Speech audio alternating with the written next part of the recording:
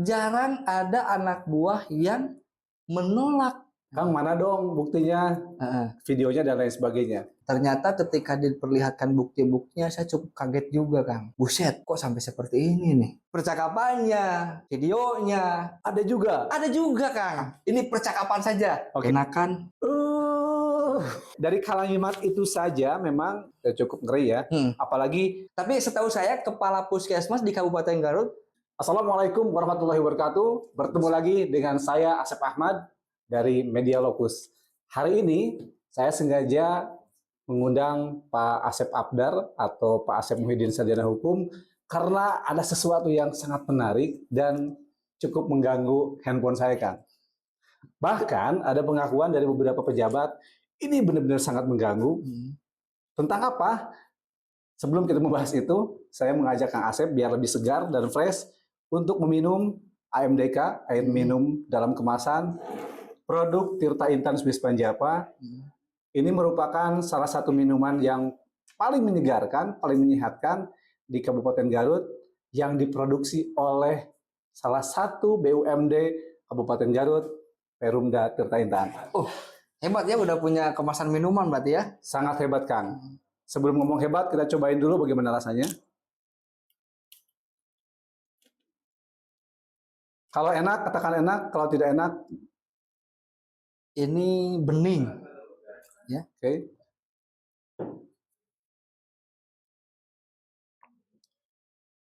Alami, rasanya enak, seperti air kemasan-kemasan yang sudah terkenal dan sudah lama. Ini tidak kalah bersaing dari sisi kualitas air. Dari rasanya ya. Rasanya seperti itu. Jadi mungkin bisa disarankan sih sebetulnya, karena ini produk BUMD pemerintah Kabupaten Garut. Betul. Sudah selayaknya dong pemerintah Kabupaten Garut mewajibkan instansi atau lembaga pemerintahan, gitu, baik BUMD atau pemerintahan lembaga dinas-dinas, tempat wisata yang di bawah Pemkab Garut supaya meminum atau menyediakan air minum kemasan produknya sendiri. Karena tentu kan BUMD harus ada disebutnya itu penghasilan yang akan kembali lagi kepada kas daerah. Betul. Jadi yang saya tahu, Kang, ini salah satu produk dari Perumda Tirta Intan yang telah memberikan kontribusi nyata dalam konteks penambahan PAD, pendapatan asli daerah. Oke, saya minum dulu ya. Bismillahirrahmanirrahim. Alhamdulillah segar. Oke, setelah kita membahas ini, Kang, ada satu yang mungkin saat ini ditunggu-tunggu oleh banyak orang. Apa ya? Tadi pagi LSM nelfon, ada ormas, ada tokoh-tokoh pergerakan. Mereka bertanya tentang meme yang sebenarnya kita buat, ya. Tetapi kemudian, maaf nih, saya pribadi sebagai wartawan belum mendapatkan data itu, Kang. Siapa, di mana, dan lain sebagainya. Nah, kira-kira Kang Abdar sebagai narasumber saya yang memiliki data langsung, bisa nggak, Kang, memberikan bocoran? Sebenarnya orang yang dalam meme itu siapa sih? Jadi saya nih ditarik-tarik, dirayu, sedikit dipaksa oleh Kang Asep Ahmad untuk berbicara kepada publik nih. Betul, Kang. Gitu ya, terkait selintas informasi yang saya sampaikan, lalu dibuatlah sebuah meme, berarti itu ya. Betul. Jadi sebetulnya saya mendapatkan kuasa dari salah seorang warga Kabupaten Garut. Oke. Gitu. Nah, itu sejak kuasanya itu April 2024. Jadi sudah cukup lumayan lama ya, April 2024. April, Mei, Juni, berarti udah 3 bulan ya? 3 bulan ya. Oke.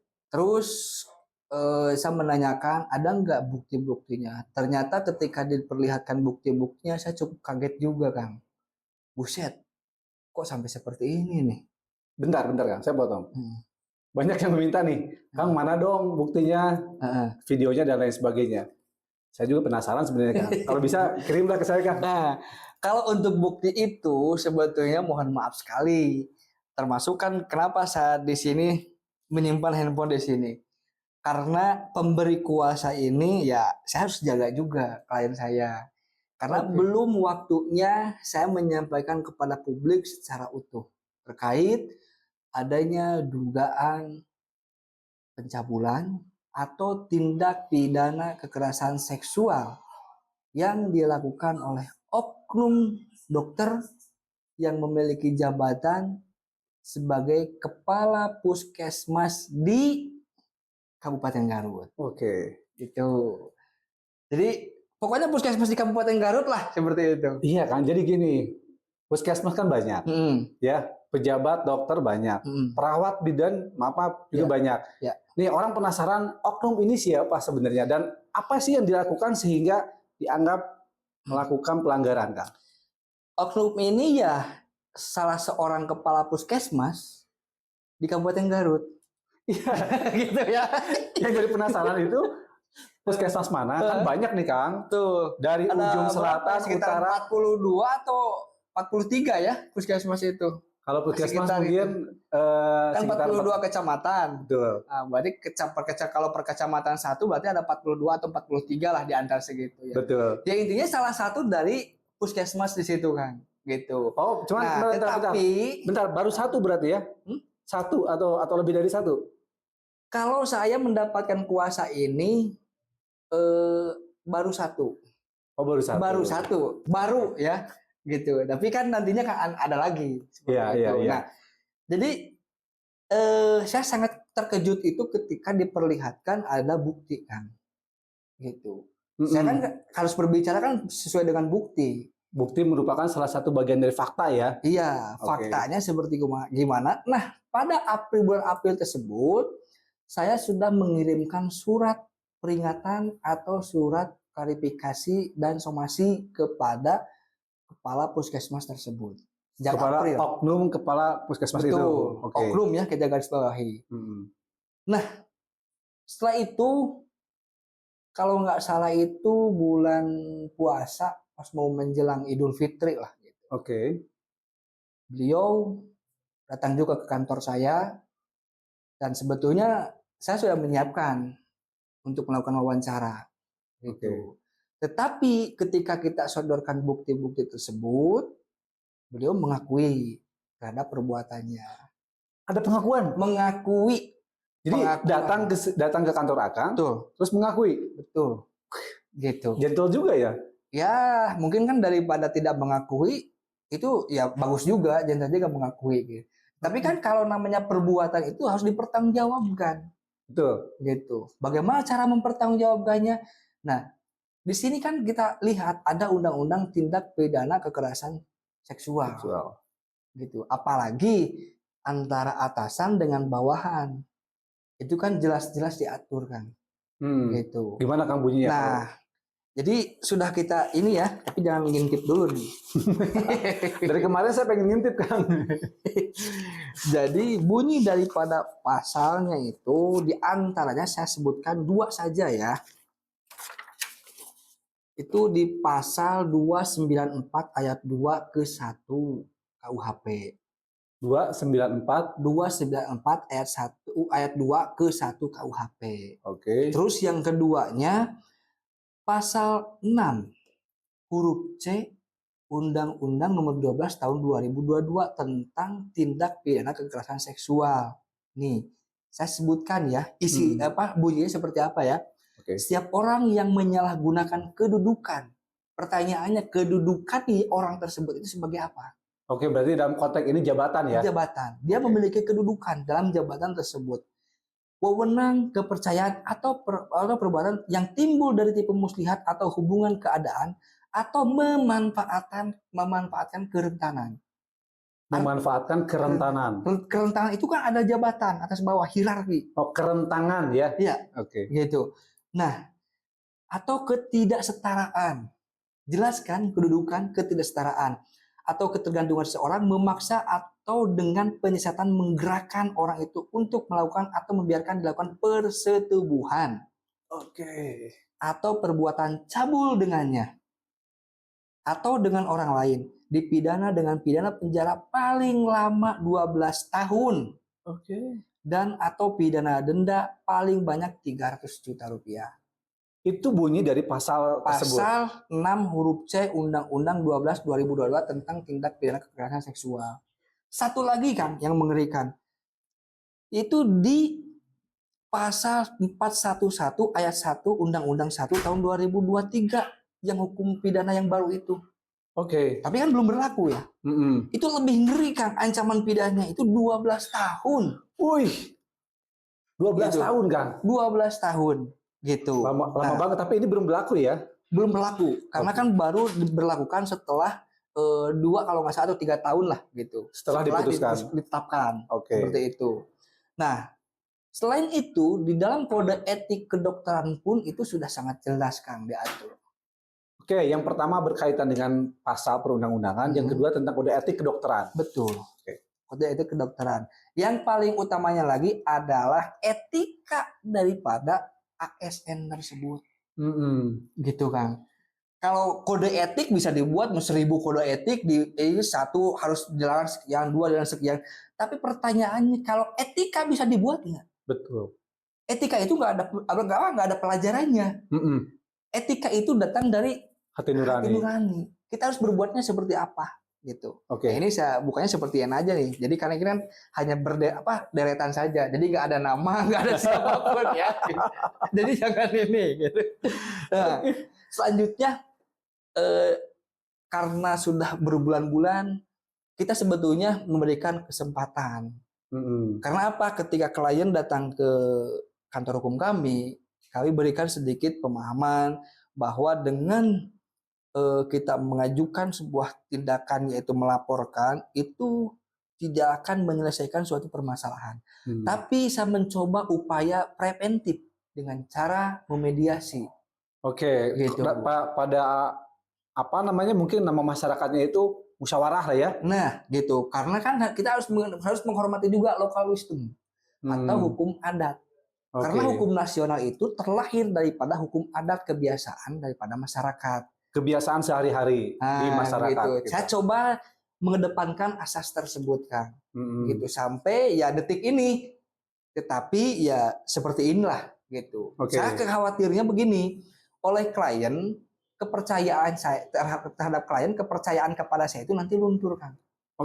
Gitu. Sangat masuk akal Kang. Ketika Akang sebagai kuasa hukum dari salah satu warga masyarakat, terus Akangnya dianggap tidak bekerja, ini berlarut-larut, apalagi lebih dari 3 bulan, 4 bulan, maka yakin masyarakat akan kurang kepercayaan terhadap Akang. Betul, itu yang saya hindari. Kenapa waktu Kang Asep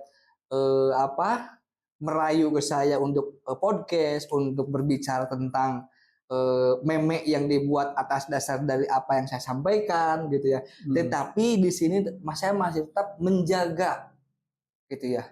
Menjaga karena belum waktunya ini dibuka secara utuh. Tetapi nanti kalau sudah waktunya saya akan buka secara utuh semuanya. Karena kebetulan saya sebagai salah satu tim kuasa hukum Peggy Setiawan juga Kang. Jadi sedang ikut sidang pra peradilan di Bandung. Jadi yang tadi pagi dilaksanakan ya? Betul, tadi pagi dilaksanakan gitu. Nah, selanjutnya upaya yang saya sudah lakukan itu apa? Menyampaikan pengaduan kepada Dinas Kesehatan.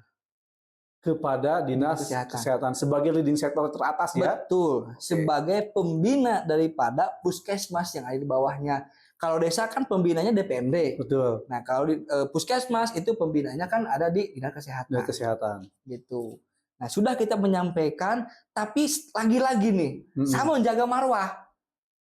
Tidak menyampaikan melalui bagian umum, seperti yang biasa menyampaikan surat atau yang lain sebagainya. Saya langsung menyampaikan kepada jabatan tertinggi, yaitu Kepala Dinas dan Sekretaris Dinas. Kepala Dinas Kesehatan dan Sekretaris Dinas Kesehatan. Betul. Oke, jadi langkah-langkah itu sudah sampai sana ya? Sudah saya sampaikan, bahkan saya sudah memberikan ultimatum 3 hari kerja. Harus ada kepastian. Nah, adapun nanti tidak ada kepastian, ya jelas. Kan kalau seperti ini terus, kepercayaan klien kepada saya kan nanti luntur dong. Betul. Oke, jadi pastinya saya akan melangkah secara profesional dan menyampaikan secara utuh gitu. Itu melalui nantinya kepada PJ Bupati, Sekda, BKD, Inspektorat, dan ID, Ikatan Dokter Indonesia. Jadi ke lembaga yang lebih tinggi lagi. Betul. Tadi kan cuma sekretaris dan dinas kesehatan. Betul. Kedepan, itu masih tertutup. Masih tertutup. Masih tertutup. Nanti kita akan buka. Oke, siap. Gitu. Bahkan sebagian buktinya pun, ini si Kang Asep ini benar nggak sih? Buktinya seperti apa sih? Kalau tidak ada bukti, saya tidak akan berani untuk berbicara. Saya tidak akan berani untuk menyampaikan somasi. Kalau tidak ada bukti.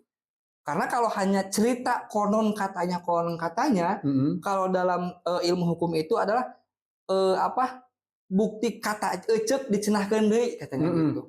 Kalau dalam bahasa media mungkin yang lebih banyak sekarang itu hoax gitu ya. Seperti itu.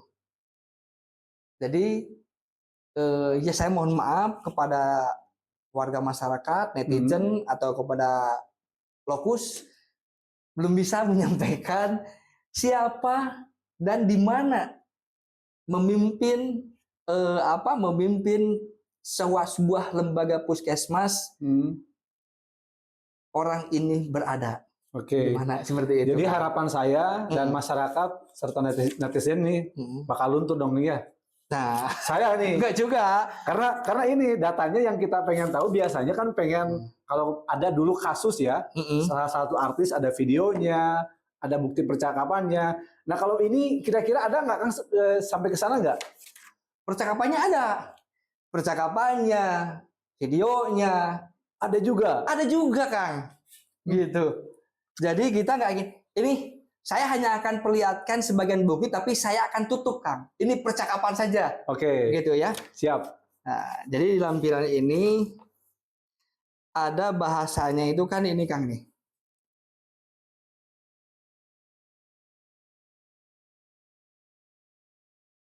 Nah, ini coba.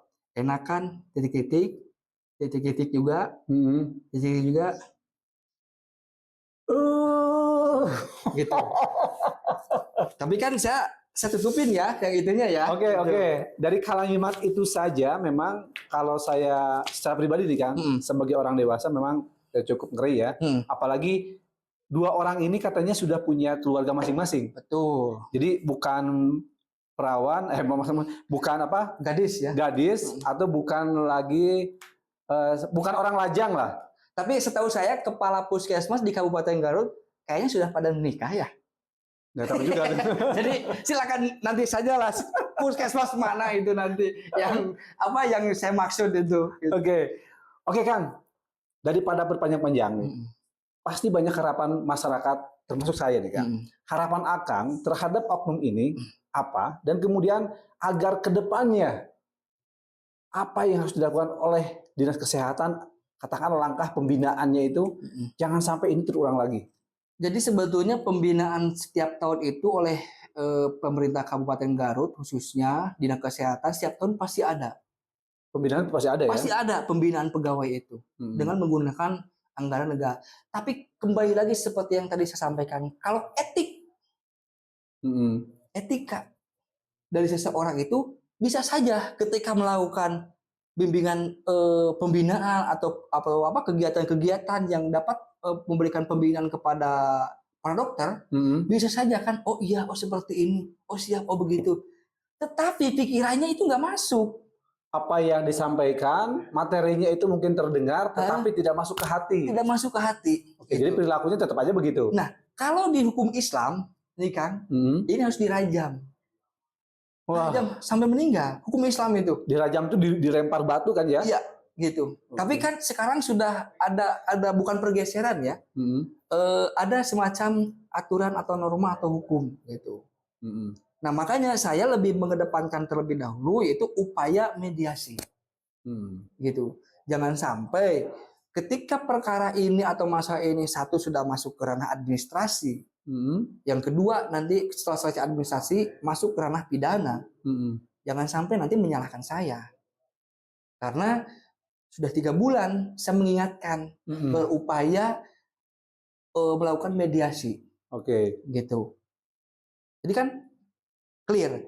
Saya sudah melakukan upaya hukum dong. Oke, langkah-langkah terbaik menurut Akang sebagai kuasa hukum dari salah satu masyarakat itu atau korban ya sudah dilakukan. Betul. Tujuannya adalah sebagai bentuk musyawarah Kemanusiaan lah. kemanusiaan ya, agar tidak ada yang disakiti, kemudian ada kesepakatan bahwa semua persoalan dan kedepannya mungkin ada perbaikan. Mungkin gitu tujuannya. Betul, itu Kang. Karena apa? Kalau yang sudah terjadi, sudahlah terjadi, tidak akan bisa diulangi lagi. Betul. Tidak akan bisa diperbaiki lagi. Gitu. Terus kalau ketika kita dengan ingin, wah, emosional, dengan hawa nafsu, pasti puas. Oh, ini harus dipenjara, ini harus begini, kita hajarin. Itu bukan menyelesaikan masalah, tetapi menambah masalah baru. Oke, pernah juga saya mendengar begini Kang, ketika satu persoalan dua keluarga, ya, kemudian dua keluarga ini melakukan pelanggaran, konteksnya orang tuanya, maka yang jadi korban adalah anak-anaknya. Nah, apakah itu juga menjadi pertimbangan? Ya? Betul, karena kepala puskesmas ini sudah berkeluarga dan memiliki keturunan, memiliki anak. Jadi jangan sampai karena gara-gara perbuatan bapaknya, anaknya nanti akan mendapatkan cap atau label yang melekat. Kan kasihan kan? Betul Kang. Gitu. Makanya saya mohon maaf, bukan tidak mau membuka. Anak yang tidak berdosa, anak yang tidak bersalah, nanti akan ada label dari masyarakat, bapaknya itu yang melakukan ini ya. Seperti itu kan Kang? Betul. Seperti dulu pernah saya mendengar kasus korupsi di Kabupaten Garut, ada anaknya yang sekolah di luar negeri. Kita tahu dari pemberitaan. Wah, betul bapaknya korupsi begini-begini, saya malu sekolah. Nah, jangan sampai seperti itu. Makanya saya melakukan dulu yang terbaik, melakukan mediasi, tapi kalau upaya mediasi ini memang tidak membuahkan hasil, ya apa boleh buat. Intinya jangan menyalahkan. Gitu. Kalau tidak ada titik pertemuan, ya tidak ada penyelesaian, maka ya mau tidak mau. Ya. Kang, satu lagi nih Kang, kalau boleh tahu, pasti pertanyaannya sama dengan masyarakat di seluruh Garut nih. Kalau tadi kita berbicara salah satu oknum yang tidak dibuka, ya siapa oknum ini, namanya dari mana, kerjanya di mana, masih nggak dibuka. Kalau kliennya kan bisa nggak nih Kang? Kliennya orang mana, terus apa sih yang dirasakan oleh beliau sehingga ini katakanlah curhat ke Akang, terus Akang dipilih menjadi kuasa hukumnya. Intinya klien saya ini sangat merasa terpukul Kang. Sangat merasa terpukul. Dan klien saya itu ya keluarganya yang notabene kasarnya itu digauli atau ya kasarnya seperti itulah gitu ya. Itu adalah anak buahnya daripada kepala puskesmas tersebut.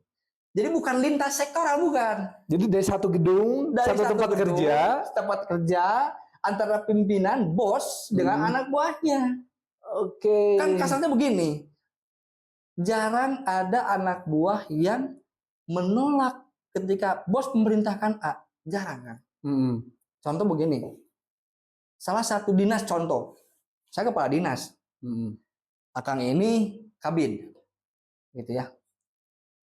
Kang Asep, nanti lembur ya, gitu. Karena ada pekerjaan begini. Bisa saja kan itu mengada-ngada saya itu. Betul. Kang Asep itu saya yakin nggak akan pulang, benar nggak? Betul. Pasti nurut. Pimpinan nurut. Nanti kalau nggak nurut, gua sama bos gimana nih? Betul. Seperti itu kan.